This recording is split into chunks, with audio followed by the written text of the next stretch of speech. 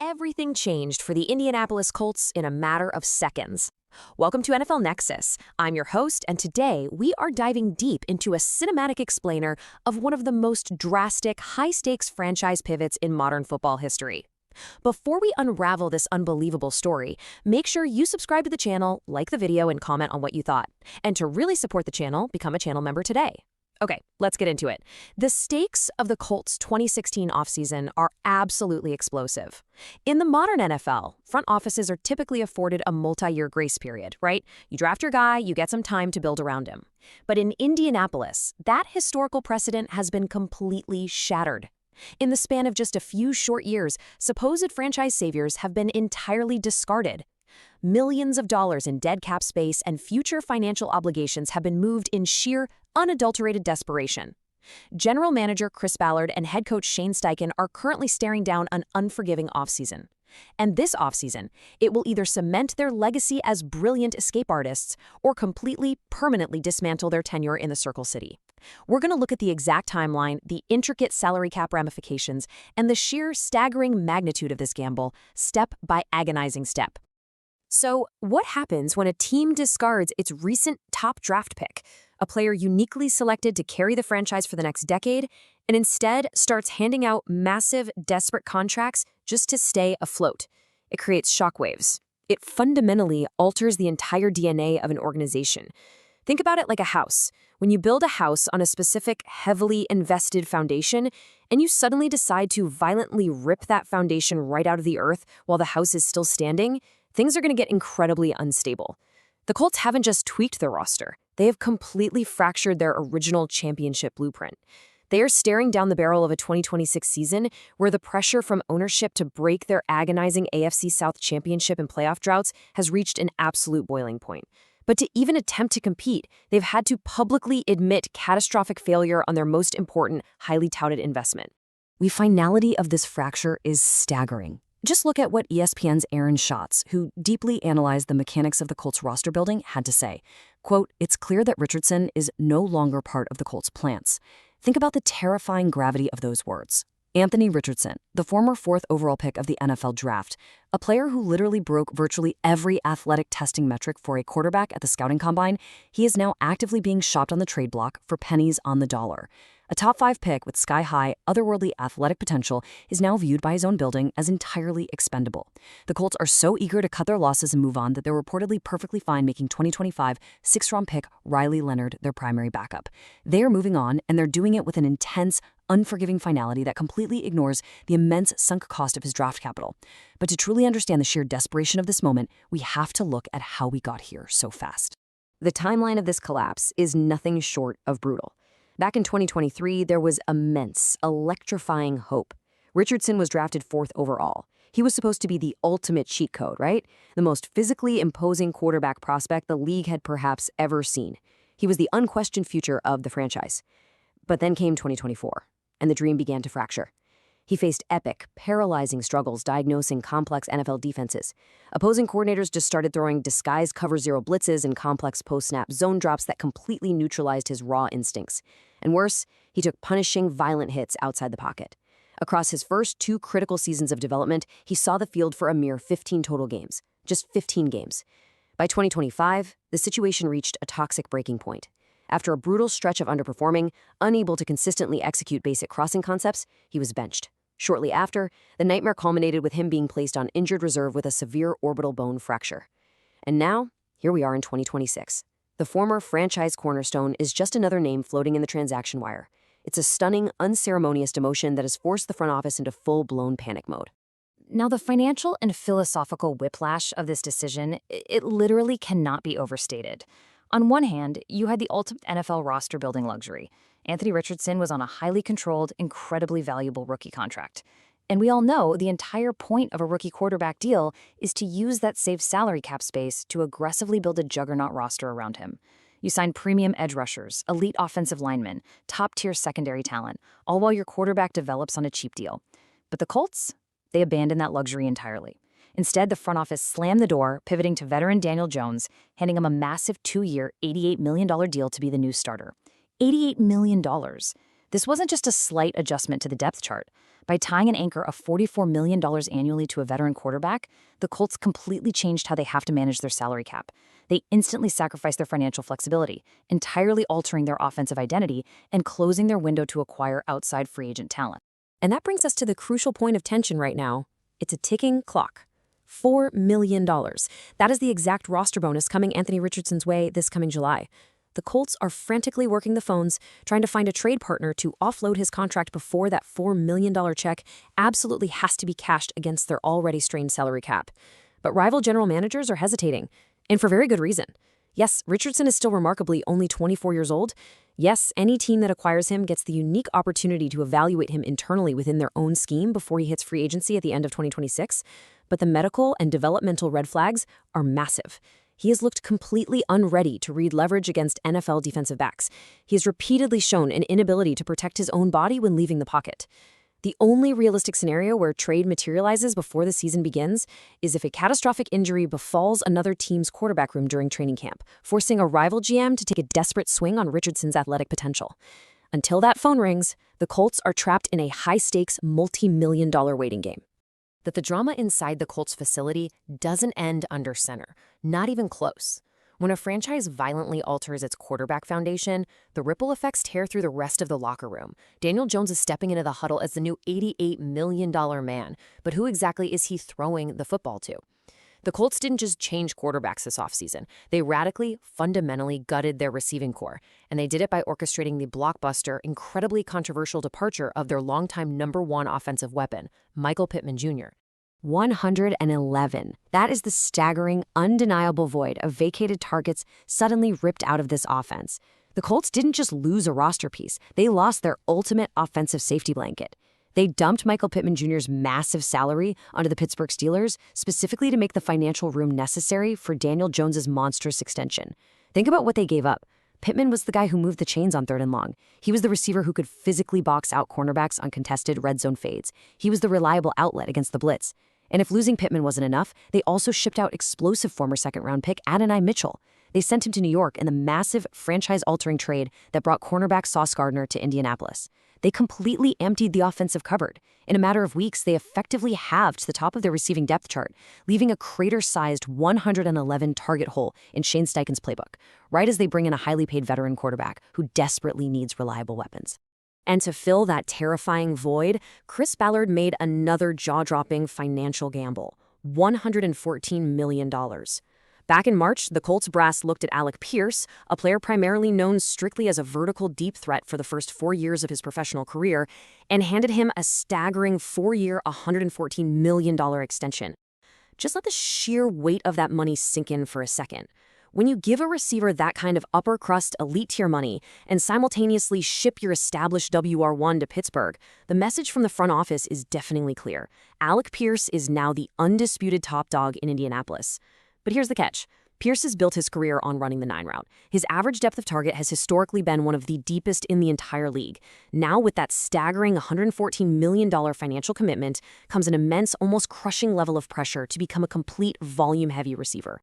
Now, Pierce knows exactly what's riding on his shoulders. He publicly addressed the intense scrutiny, stating, "The opportunity is now, and it's there for me to take it. That's going to be something that I knew was going to come with getting this type of contract." And look, he's saying all the right things to the media. He's exuding absolute unwavering confidence. He acknowledges that with a record-setting contract comes the undeniable expectation of having the entire passing offense run directly through him. But off-season confidence is one thing. Physical on-field evolution against elite NFL coverages is another entirely. The harsh reality of this situation is that Alec Pierce can no longer just be the guy who takes the top off the defense as a decoy or a situational deep threat. He must completely evolve his route tree, and he has to do it overnight. He must master the 15-yard dig route. He must become unguardable on the deep out. He must win on inside slants against physical linebackers, beat double coverage consistently, and be Daniel Jones's absolute most reliable outlet on critical game-deciding 3rd downs. The sheer physical and mathematical leap Pierce is being asked to make is monumental.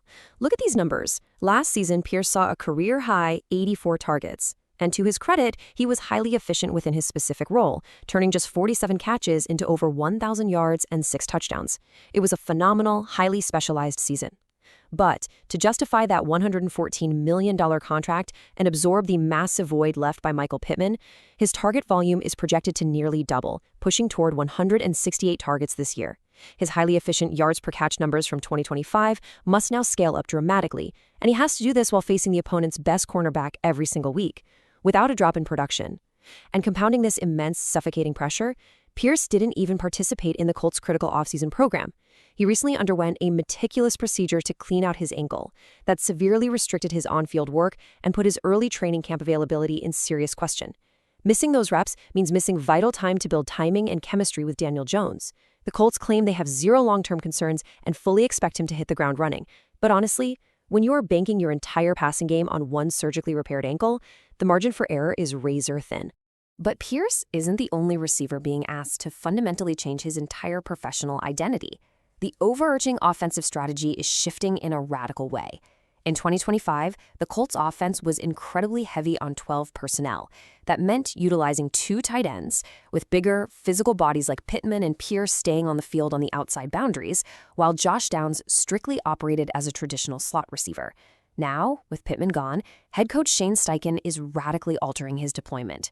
He is taking the 5'9", 170-pound Josh Downs, a player who had a statistically down year in 2025 by his own lofty standards, and moving him all around the offensive formation, including extensively on the outside boundary.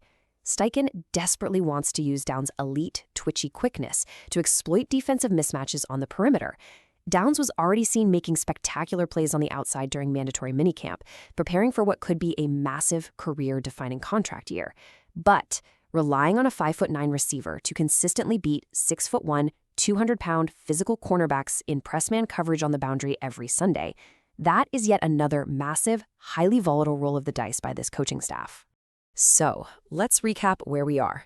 You have a newly minted $114 million WR1 coming off ankle surgery and a 5'9" slot receiver transitioning to the brutal realities of the outside boundary. What happens behind them? Well, behind them lies an anxious, frankly terrifying battle for the WR3 spot. Because they traded Adonai Mitchell away to New York in the Sauce Gardner deal, and because they shipped their captain Michael Pittman to Pittsburgh, the receiver depth chart is practically barren. They waited all the way until the 7th round to draft a rookie wideout, a player who faces astronomical odds to make an immediate impact. They brought in veteran Nick Westbrook-Ikey on a bargain bin deal with a measly $438,000 in guaranteed money. That is hardly the financial commitment of a guaranteed starter. And now, at the conclusion of mandatory minicamp, who is taking the vast majority of the critical first-team reps? Ashton Dulin. Dulin is an undeniably phenomenal, all-pro caliber special teams gunner, but he is now suddenly, inexplicably, the unexpected favorite to be a starting wide receiver in an offense absolutely desperate for consistent passing production. Consider this absolute gut punch reality check regarding the depth of this roster. Ashton Dulin has not eclipsed 200 receiving yards in a single season since 2022. Let that stark, terrifying metric breathe for a second. The player currently favored to step into the starting lineup alongside Alec Pierce and Josh Downs is a man who hasn't broken 200 offensive yards in a year in 3 consecutive seasons. Now, offensive coordinator Jim Bob Cooter has consistently praised Dulin's ability to take advantage of his limited opportunities. He noted that the coaching staff is actually having a lot of fun moving him around the offensive chessboard in practice. But let's be real, running routes and shorts during the spring is one thing. Relying on a career special teamer to absorb the leftover, highly contested targets from Michael Pittman Jr.'s departure, that underlines the extreme, fragile nature of this new receiving core. Jim Bob Cooter's offense requires multiple viable threats just to keep linebackers honest. If Alec Pierce's surgically repaired ankle lingers even slightly, or if Josh Downs physically struggles to beat press coverage on the outside, this entire passing offense could completely flatline before October. Which brings us directly to the front office's desperation contingency plan. General Manager Chris Ballard and Shane Steichen are acutely aware that their jobs, their legacies, and their futures in the NFL might be entirely tied to the outcome of this specific season. They know the depth chart is dangerously thin. They know they absolutely cannot afford an offensive collapse. So, according to ESPN's Stephen Holder, the Colts are actively, aggressively mulling a major veteran addition. And right now, a remarkable buyer's market of aging superstar veterans has formed in free agency.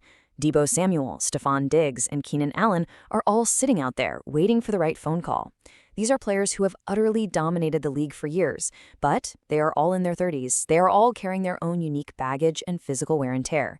The Colts are desperately looking at this list, engaging in complex salary cap gymnastics to figure out which aging star might just be the exact missing puzzle piece to save their season, and more importantly, to protect their $88 million investment in Daniel Jones. Let's deeply examine how these specific veterans actually fit into the intricate puzzle of the Colts offense, because every single option here carries massive implications. First, consider Keenan Allen. He is 34 years old, meaning his long speed is declining, but he possesses a deep, incredibly proven history with Shane Steichen from their highly successful time together in Los Angeles. Steichen was Allen's offensive coordinator, and Allen completely mastered the complex option routes that are integral to Steichen's playbook. Allen caught 81 passes last year. He's the most natural, seamless scheme fit available. Then you have Deebo Samuel. He just turned 30, making him the youngest of the primary group. He is coming off a highly productive, fully healthy 72-catch, 727-yard season. But Samuel's game is built entirely on violent, physical yards after catch. That is a punishing play style that historically leads to sudden, severe lower body injuries. Next up is Stephon Diggs. He's 32, coming off his 7th career 1,000-yard season, proving his elite route-running nuance hasn't faded one bit. And more importantly for front offices, he was recently fully cleared by a jury of off-field legal issues. That makes him a safe, reliable possession receiver target to perfectly complement Alec Pierce's deep speed. And finally, there is the absolute wild card, Tyreek Hill. The legendary speedster has a loose, historical connection to Chris Ballard from the early Kansas City days, but Hill is currently intensely rehabbing a major, career-threatening knee injury and is actively facing a potential league suspension.